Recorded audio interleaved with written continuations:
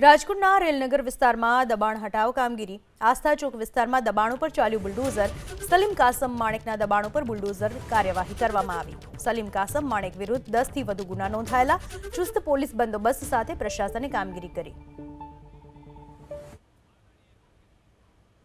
Railnagar police station વિસ્તારમાં 10 જેટલા ગુનાઓ કરનાર અસામાજિક તત્વ સલીમ કાસમ માણેક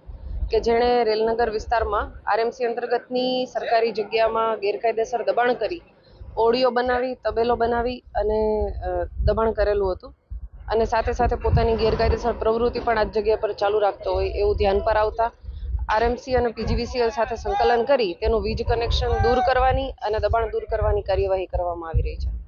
આસ્થા ચોક વિસ્તારમાં દબાણો પર ચાલ્યું બુલડોઝર સલીમ કાસમ માણેકના દબાણો પર બુલડોઝર કાર્યવાહી કરવામાં આવી સલીમ કાસમ માણેક વિરુદ્ધ 10 થી વધુ ગુના નોંધાયેલા ચુસ્ત પોલીસ બંદોબસ્ત સાથે પ્રશાસને કામગીરી કરી।